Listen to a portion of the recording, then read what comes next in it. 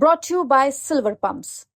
Top quality और consistent performance के लिए सिर्फ सिल्वर पंप नाम याद रखना। विधानसभा चुनाव खत्म होने के बाद हरियाणा कांग्रेस में पहली बड़ी टूट देखने को मिली है। यमुनानगर जिले की रदौर विधानसभा से कांग्रेस के टिकट पर चुनाव लड़े पूर्व विधायक बिशन लाल सैनी ने भाजपा में जाने का ऐलान कर दिया है। बिशन लाल सैनी 3 बार के विधायक हैं। पहली बार साल 2000 में बसपा के टिकट पर जगाधरी से विधायक बने, दूसरी बार साल 2019 में इनेलो के टिकट पर रदौर से विधायकी जीती और साल 2019 में कांग्रेस के टिकट पर रदौर से दूसरी बार जीत कर आए। 70 साल के डॉक्टर बिशन लाल सैनी की गिनती यमुनानगर जिले में कांग्रेस के बड़े नेताओं में होती थी। उनके पास 15 साल की विधायकी का अनुभव है और उन्हें पूर्व सीएम भूपेंद्र सिंह हुड्डा का खास माना जाता था। लेकिन अब बिशन लाल सैनी भाजपाई होने जा रहे हैं। आगामी 15 फरवरी को वो एक रैली करेंगे जहां प्रदेश के मुखिया नायब सैनी उन्हें भाजपा की सदस्यता दिलाएंगे। अंत में आप सुनिए कि हुड्डा से नजदीकियां होने के बाद भी बिशन लाल सैनी ने कांग्रेस का साथ क्यों छोड़ दिया और उन्होंने प्रदेश में कांग्रेस की सरकार ना बनने की क्या वजह बताई है। देखिए, हुआ कुछ नहीं ऐसा कि मेरे को ये महसूस हुआ है और मेरे कार्यकर्ताओं ने भी प्रेशर डाले मेरे पे कि जब भी सरकार बनने का मौका आता है, सरकार बनने के लिए तैयार है, तो पार्टी के अंदर झगड़े पड़ जाते हैं। ऊपर मन में कहीं ना कहीं ये बात आ जाती है कि मुख्यमंत्री मैंने बनना है, कोई कहेगा मैंने बनना है, कोई कहेगा मैंने बनना है। उसकी वजह से सरकार आते आते रह जाती है। अगली बार क्या हुआ आपने देखा होगा कि इतनी बड़ी लहर तो स्वयं मोदी की भी कभी नहीं हुई जो कांग्रेस की थी। बच्चे बच्चे को पूछते थे किसकी वोट पानी है, कांग्रेस की। चाय वाले को पूछ लो, किसी दुकानदार को पूछ लो, किसी आड़ती को पूछ लो, सब कांग्रेस के गुण गा रहे थे। लेकिन फिर भी सरकार नहीं आई।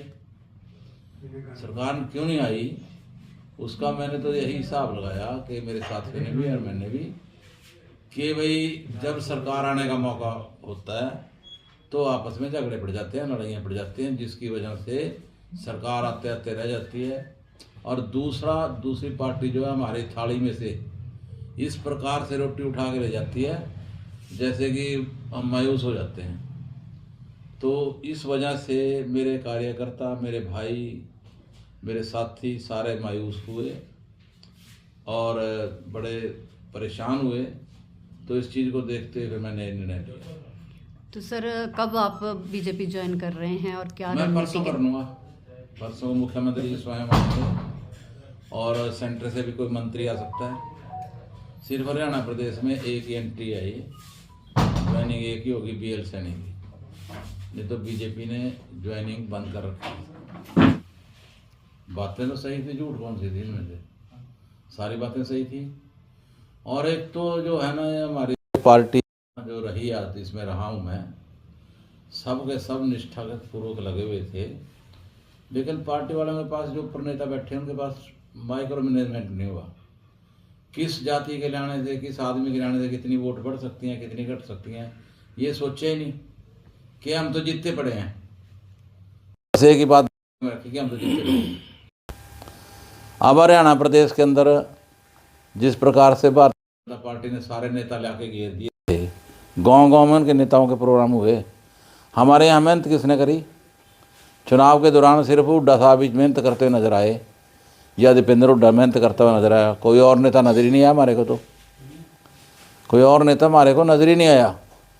और मैं मान लो, मैं अगर मैं हुड्डा समर्थक हूँ, मेरे को मानते हैं, तो दूसरे आदमी तो यहाँ आए ही नहीं कि ये तो हुड्डा साथी है। ऐसे नहीं होना चाहिए। जब टिकट मिल गया फिर सबका है, कांग्रेस का है, ये होना चाहिए था। और मौके पर कुछ निर्णय ऐसे लेने होते हैं झूठे सच्चे जो कि पार्टी नहीं ले पाई। अब जब हरियाणा प्रदेश से ही पूरे देश की राजनीति चलनी थी जैसे अब चल रही है, इसके बाद महाराष्ट्र गया, दिल्ली गया, हरियाणा जाने की वजह से गए हैं ये सारे। तो बड़े नेताओं को तो आकर के यहाँ हरियाणा में डेरा डाल लेना चाहिए था। यहाँ डेरा डाल करके यहाँ काम करना चाहिए था। हर एक सीट पे जाते, कमी थी उसको बताते, कहीं पैसा लगाने की जरूरत थी वहाँ पैसा लगाते, कहीं पर कोई किसी और नेता को लाना होता नेता लाते। अगर लिखवा भी लिया भी कौन आपको कौन सा चाहिए, हमने लिख के दिया, लेकिन वो नेता आया तो नहीं है ना। हमने जो जो लिख के दिया था कि हमारे को फलां नेता की ज़रूरत है, मेरे हल्के में आना चाहिए, लेकिन वो आया नहीं है। ये किसकी कमी रही है? पार्टी की कमी रही। और इसी प्रकार से जिन लोगों को ये लालच दे दिया गया कि अपनी एप्लीकेशन दो, 5-5 हज़ार रुपये जमा कराओ, 20-20 हज़ार रुपये जमा कराओ और इंटरव्यू दो, जिसने वहाँ जाके इंटरव्यू दे लिया ना दिल्ली में प्रभारी के पास, उसने तो अपना टिकट मान लिया, वो काबू नहीं आया हमारे। वो अगर टिकट मेरे को मिला था 29 आदमी, अगर 30 थे तो 29 खिलाफ ही रहे हैं। चाहे उसने 500 वोट काटी, चाहे उसने 50 काटी, चाहे उसने 10 काटी, चाहे उसने अपने घर घर की 5 वोट काटी, लेकिन उसने वोट नहीं दी। तो इस प्रकार से हिसाब लगा लो आप, इसका क्या रिजल्ट निकलता है। देखिए, संपर्क खूब किया मेरे को, हुड्डा साहब की तरफ से संपर्क हुए, दीपेंद्र ने भी संपर्क किया, लेकिन मैंने उस चीज़ से मैं भागता रहा कि अब मैंने निर्णय कर लिया है तो कर लिया है।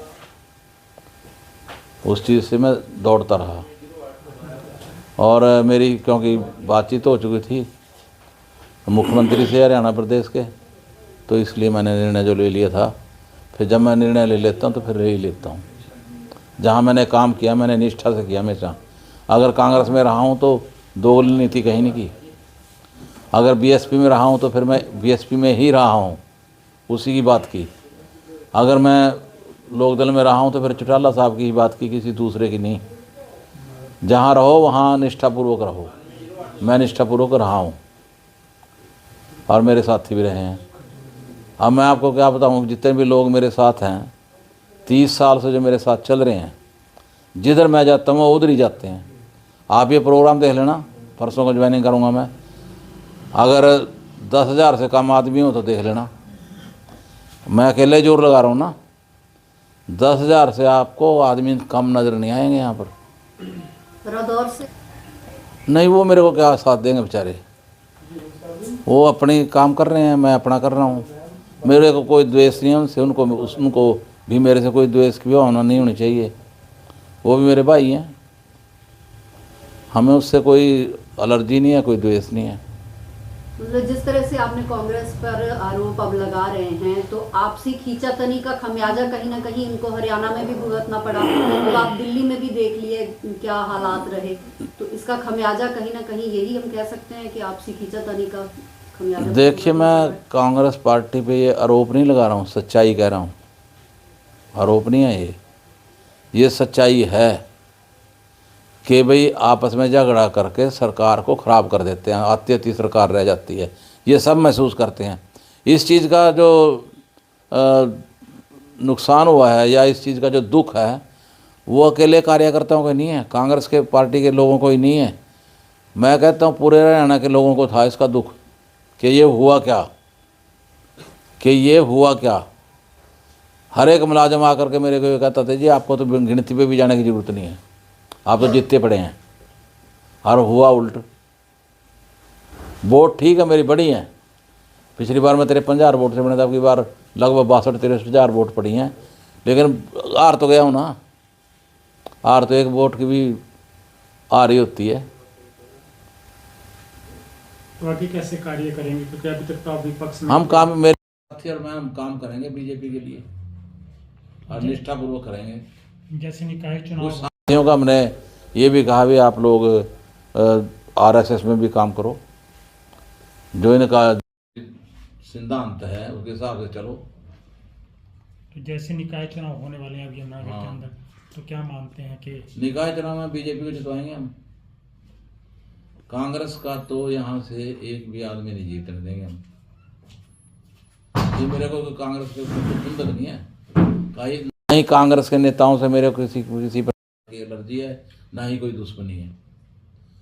वो मेरे आदरणीय रहे कांग्रेस वाले भी और आदरणीय रहेंगे। हुड्डा साहब का एहसान वैसे मैं ज़िंदगी में कभी भूलूं। उन्होंने ऐसे ऐसे मौके पर मुझे टिकट दी है कि मुझे दिल्ली तक भी जाने नहीं दिया, टिकट मेरे घर आ गया। वो एक जो नेता है, जो आदरणीय है, वो आदरणीय है। मैं कांसीराम जी का आज तक उनके बारे में नहीं आज तक बुरा सोचा, वो भी मेरे आदरणीय रहे। चौटाला साहब आज इस दुनिया में नहीं है, लेकिन मेरे आदरणीय रहे हैं। वो ठीक है, समय के हिसाब से पार्टियां बदलती रहते हैं, चेंज करते रहते हैं।